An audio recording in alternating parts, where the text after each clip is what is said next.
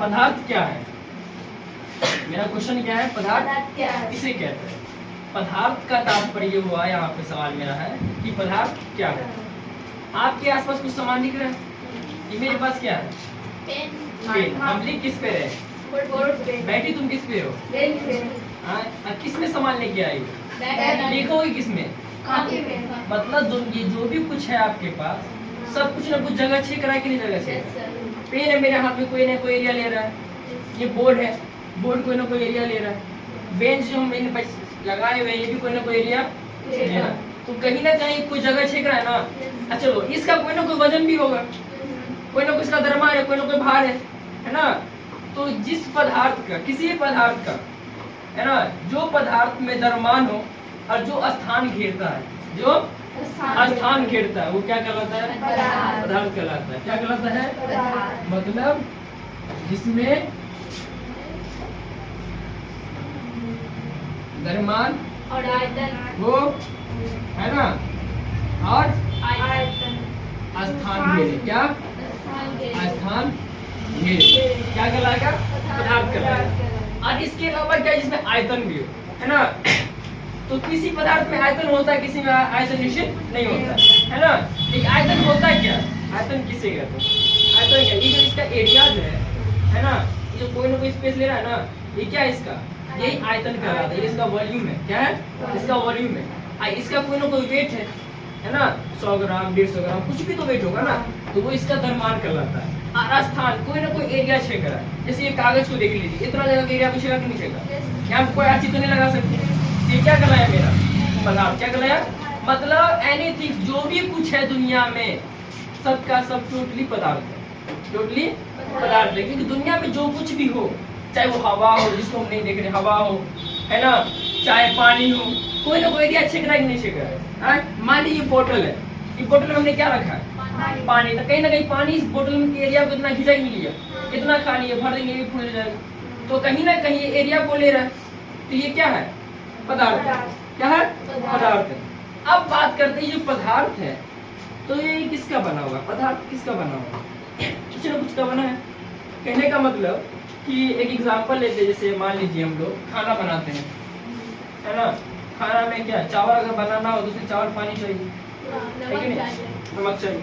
तो हर पदार्थों में कोई भी जब हम बनाते हैं, चाहे कोई भी पदार्थ है, वो कुछ ना कुछ बना हुआ है ना। तो पदार्थ किसका बना होता है? पदार्थ किसका बना होता है? तो पदार्थ कणों का बना होता है। किसका बना होता है? कणों का, कणों का बना होता है ना। अब ये कण क्या है? कण को इंग्लिश में बोलते हैं पार्टिकल्स। क्या बोलते हैं?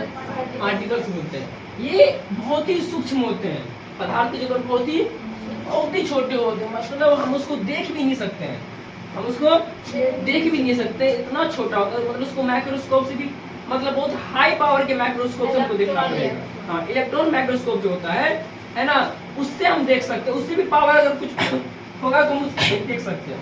मतलब पदार्थ कण इतने सूक्ष्म होते हैं कि इसको हम नॉर्मली नहीं देख सकते, है ना। उसको देखने के लिए वो हाई क्वालिटी का क्या चाहिए हमको? माइक्रोस्कोप चाहिए, सूक्ष्म दर्शी चाहिए।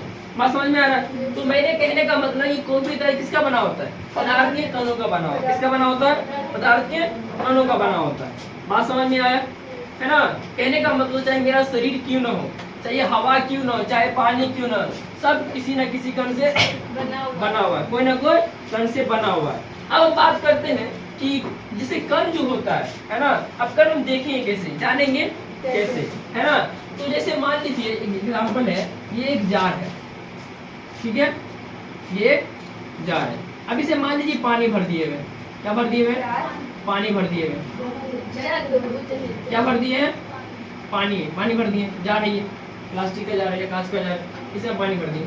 अब अगर इसमें एक थोड़ा सा एक बूंद इसमें हम रंग गिराएंगे तो क्या करेगा? ये पूरे पानी को कलर कर देगा, है कि नहीं। तो मतलब एक बूंद में इतना सारा पार्टिकल्स है जो पूरे पानी को रंग दिया। समझ में आया कि नहीं आया?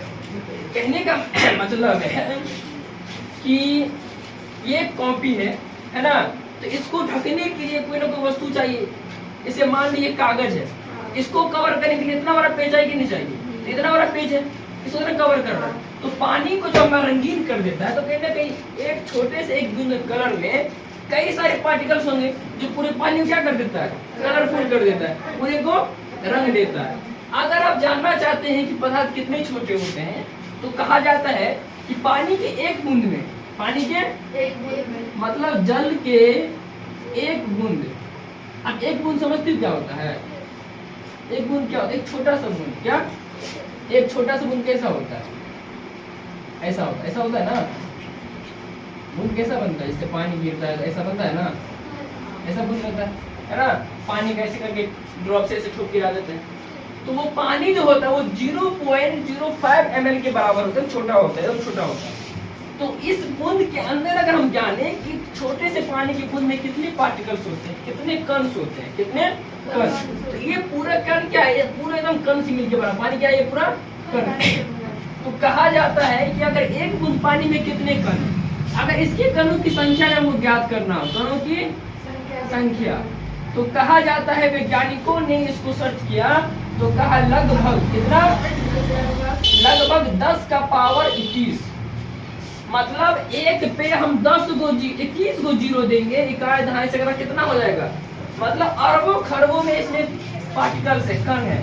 माने एक बूंद पानी में अरबों खरबों कण मिले हुए, अरबों खरबों कण है। अब ये बताओ अरबों खरबों अगर कण है तो समझ लो कि एक छोटी सा कितने छोटे छोटे पार्टिकल्स होंगे।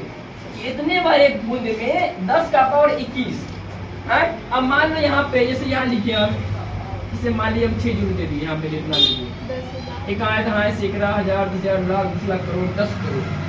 अब देखो 10 करोड़ के जीरो पे पड़ा, 1 2 3 4 5 6 7 8 को जीरो पे पड़ा, यहाँ 21 को जीरो होगा एक तो समझ सकते हैं कणों की संख्या कितना ज्यादा है। इसका मतलब कि एक बूंद में अगर इतना ज्यादा कण है मतलब कि कण बहुत छोटा होगा, है कि नहीं? कण छोटा होगा कि नहीं कण होगा है? अब मान लीजिए इस बोतल में या किसी हम डब्बे में अगर हम सेब को रखेंगे, किसको रखेंगे? सेब को। एक डब्बा लीजिए छोटा सा, है ना, उसमें आप सेब को डाल दीजिए, ठीक है। आप उसी प्रकार का एक डब्बा और लीजिए जिसमें आप अंगूर को डाल दीजिए, अब उसी प्रकार के एक डब्बे को और लीजिए जिसमें आप क्या कीजिए, अनार के दाना को रख दीजिए। तो बताओ सबसे ज्यादा कौन ज्यादा आएगा? अनार। क्यों? क्योंकि उसकी संख्या छोटा है, उसकी आकार क्या है? छोटी है। तो आकार छोटी तो संख्या ज्यादा होगा, तो इसलिए कण इतने छोटे होते हैं कि संख्या उसका ज्यादा होगा। मेरी बात समझ में आ रही है? तो ये क्या हुआ, पदार्थ के कण क्या होते हैं? छोटे होते हैं, है ना, इसके हिसाब से। बात समझ में आ गया? तो ये इसके गुण है, क्या है इसके? पदार्थ के कणों की विशेषता हम बात करते हैं, है ना, पदार्थ के कणों की विशेषता, क्या विशेषता। अब देखिए यहाँ पे विशेषता में पहला क्या बोले, कण क्या होते हैं? कण अत्यंत सूक्ष्म होते हैं। क्या होते हैं? अत्यंत सूक्ष्म होते हैं ना। पहला विशेषता हम बता दिए, ये बता दिए सूक्ष्म होते हैं ना, कैसे होते हैं बता दिए, सूक्ष्म कैसे होते हैं बता दिए, है ना, सूक्ष्म बहुत ज्यादा है। इसके अलावा पदार्थ के जो कण होते हैं क्या होते हैं? पदार्थ के कण क्या होते हैं? गतिशील होते हैं। क्या होते हैं? गतिशील होते हैं। क्या होते हैं? ये अनवरत गति करता रहता है। पदार्थ के कण हमेशा क्या होते हैं? गतिशील होते हैं। माने पदार्थ के कण वो गति करते रहते हैं। क्या करते हैं? गति करते रहते हैं, है ना। कहने का मतलब इससे हम सब कैसे मूविंग करते रहते हैं, है ना। तो पदार्थ क्या करते हैं? जैसे हम लोग कैसे घूमते फिरते हैं, है ना, उसी प्रकार पदार्थ के कण भी घूमते फिरते हैं। ठीक है, और सर पदार्थ के कण गतिशील तो होते हैं लेकिन ठोस में तो नहीं हो सकता है, क्योंकि ठोस के कण तो एकदम नजदीक नजदीक होता है, कहिएगा ना। हाँ, ये बोल सकते हो कि द्रव का हो सकता है सर, क्योंकि द्रव के कण थोड़ा सा हटे होते हैं। क्या होते हैं? गैस तो बहुत ज्यादा हो सकता है सर, क्योंकि इसका तो एगो यहाँ एगो वहाँ एगो कहाँ पता नहीं, लेकिन ऐसे तो होता है, ये खूब घूम सकता है। गैस अगर उधर जाएगा तो एक बार इधर आएगा, है ना। लेकिन द्रव के कण क्या होते हैं? हल्का डिस्टेंस से, तो द्रव भी घूमता है, लेकिन यहाँ पे ठोस अगर तो पूरा चिपका हुआ है तो गति तो नहीं करता है। लेकिन हमारी विशेषता क्या कहती है? गतिशील होता है। तो देखो ठोस कण गति नहीं करेगा लेकिन एक ही जगह पे क्या करेगा, वो कंपन जरूर करेगा, जगमगाएगा ना। जैसे मान लो यहाँ पे 4 गो लड़की बैठी है यहाँ पे सामने में, है ना। अब इसको दिक्कत हो, इसको दिक्कत हुआ, ये चल तो नहीं सकती हो, कि ऐसे ऐसे कर रही है, अपने बॉडी को मूव ऑन कर रही है ना। रोजा खुलना नहीं है अभी तक अब यहीं पे है ना। मेरी बात समझ में आ रही है? हाँ, तो पदार्थ के जो कण होते हैं, है ना, अभी हम क्या बोले, जैसे यहाँ पे गिर जाता है तो ये चल नहीं सकती है, न इसको इधर घसका सकती है, न इसको इधर घसका सकती है, लेकिन अपनी जगह पे ऐसे कर रही है, ऐसे कर रही है ना। थोड़ा सा बॉडी को हिलाएगी, करेगी ना, थोड़ा पैर को उधर कर देगी, उसको डिस्टर्ब करेगी, उसको डिस्टर्ब करेगी, लेकिन ये घसक क्यों? क्यों? जगह ही नहीं है, जगह नहीं है। तो ठोस के करना ऐसे ही करता है। फोन मोबाइल वेरिंग स्ट्रॉन्ग आता है, देखती हो, फोन वाइब्रेट करता रहता है, लेकिन भागता नहीं है, वाइब्रेट करता रहता है। तो इसके कण की जगह ना होने का चलेगा नहीं, लेकिन एक ही जगह पे ये क्या करेगा, कंपित करता रहेगा। लेकिन द्रव के कण जगह है, तो द्रव क्या होता है, कण घूमता फिरता रहता है। अब देखिएगा पोखर तालाब कभी है, देखिए पानी इधर का उधर हो जाता है, उधर का उधर आता रहता है ना। इधर का पानी उससे मिलने जाता है, उधर का पानी उससे मिलने जाता है ना। वो लोग दोस्ती यारी में आपस में मिलता जुलता रहता है कि नहीं। तो ये गति करती है। और गैस का तो तुम बोली मत, है ना। एक बार हवा इधर भागता है तो उधर भागता है कि नहीं। हवा आपको क्या करती है, हमेशा वो धक्का देता रहता है, वो हमेशा गति करवे करता है। आपको हवा कितना बार आपको मार के चला जाएगा, आपको पता नहीं चलेगा, है कि नहीं। अरे हवा क्या, आपको देखो हवा मार के भी चला जाता है, आपको ज्यादा है ना, पता चलता है नहीं। ये गतिशील काफी ज्यादा होती है ये हवा। देखिए अब इसका एग्जाम्पल देते हैं। हमने जो कुछ बोला तुरंत आपके पास आवाज पहुंच जाता, कैसे? क्योंकि हवा क्या करता है, इसको पहुंचा देता आपके पास है। हमने जो कुछ भी बोला, है ना, हवा क्या करता है, हमारे आवाज को आपके तक पहुंचा देता है। क्योंकि आवाज, ध्वनि का माध्यम कौन होता है, हवा। हवा के माध्यम से आवाज पहुंचती है। अगर हवा नहीं होगा तो आवाज हमारी आपके तक नहीं पहुंच सकती है ना। वो हो जाएगा भौका भौकी वाला हाल हो जाएगा, है ना। तुम भी बोलते रहो भौका भौकी चिल्ला नहीं हो जाएगा। तो हवा माध्यम है कि माध्यम है, बात समझ में आ रही है।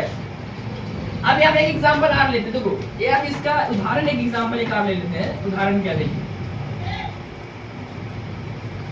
अगरबत्ती देखी हो, अगरबत्ती जलाती हो कि नहीं? खुशबू वाला कि मच्छर वाला? खुशबू वाला नहीं जलाती हो?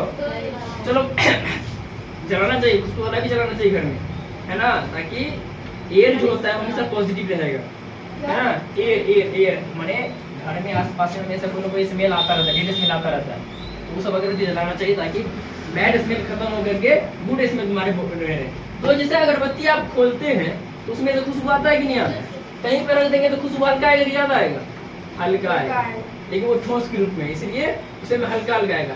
लेकिन जैसे तुम उसको जलाओगी तो ये क्या होगा, माचिस से जलाएंगे तब। जैसे उसको जलाइएगा, जलाएंगे तो माचिस से, किससे जलाएंगे, हाँ जिससे भी जलाइए। लेकिन इसको जलाइएगा अगरबत्ती को, तो जलने के बाद इसका इसमें इत्र जो होता है वो क्या करती है, गैस में, गैस इतना फास्ट दौड़ता है कि ये क्या करेगी, पूरे मोहल्ला में जगा देगा किसके यहाँ अगरबत्ती जलता है कि नहीं। और गलती से अगर तुम्हारे घर में बिरयानी बन जाए तो बिरयानी का जो खुशबू होता है वो पूरे आस पड़ोस सबको जला देता है, यादों का फन्ना में गया बिरयानी बना है ना। क्यों? क्योंकि उसका जो स्मेल होता है, खुशबू होता है, उसके जो कण होते हैं खुशबू के, जो मसाला डालते उसके जो कण होते हैं, वो कण क्या करता है, हवा में क्या करता है, फैल जाता है, वो गति करता है, क्या करता है, गति करता है। बात समझ में आ गया। ये क्या हुआ, मतलब इसकी विशेषता क्या होगी, कण गतिशील होते हैं, कोई दिक्कत इसमें। तीसरा विशेषता क्या होता है बताइए,